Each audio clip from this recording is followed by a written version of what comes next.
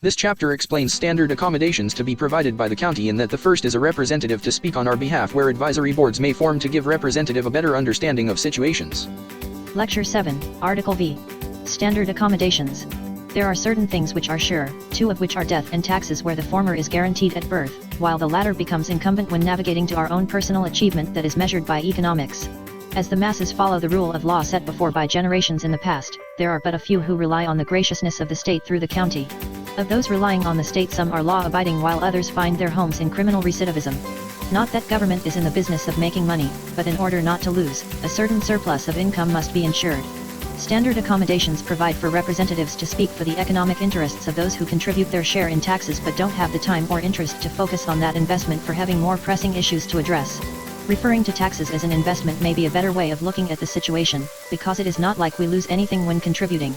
We have a standard of living which must be maintained for one and as well improved for two, but equally as important, because how does a population increase, and its demand from the government decrease? As taxes are certain and our practices governed by law, county charters may be amended by qualified elected officials acting under oath, and though paid for their leadership, advisory boards of unpaid citizens are a welcomed assistance to representatives who may need a wider array of opinions before making a decision on which way to vote in reference to a certain issue. The Shelby County Charter is the legal framework by which citizens must conduct themselves within the county where amendments may be made. What is a body but a collection of its synchronized movements, the documentation of its inevitable growth and the benefit of logistics, where the monopoly held by county sovereignty distributes administration in lieu of the state for the benefit of residents. Taxes and fees are collected for the administration's maintenance and upkeep of the county, which always increase as we are on a progressive movement with the natural growth of any collective body with proper leadership. The board has the power to propose amendments to the charter of the county with a 2/3 majority, including 1. A statement that the proposed amendment to the charter for submission is set up for the voters of whichever county one resides in accordance with all requirements of the current charter, and 2. The full text of the proposed charter amendment. Voters may address petitions for amendments to the Board of County Commissioners, who may present them before the board, which contain the full text of the proposed amendments. Any petition with a charter amendment must be filed with the clerk of the board and signed by qualified county voters equaling to 15% of those who voted in the most previous gubernatorial election.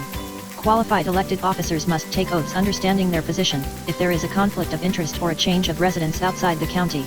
Before the performance of any duties for a newly elected officer, an oath of office has officers to solemnly swear or affirm that they will support, obey, and defend our national Constitution, the Constitution of the state, and the charter of the county in which they hold office, and that the duties of the office they now hold will be faithfully discharged to the best of their abilities.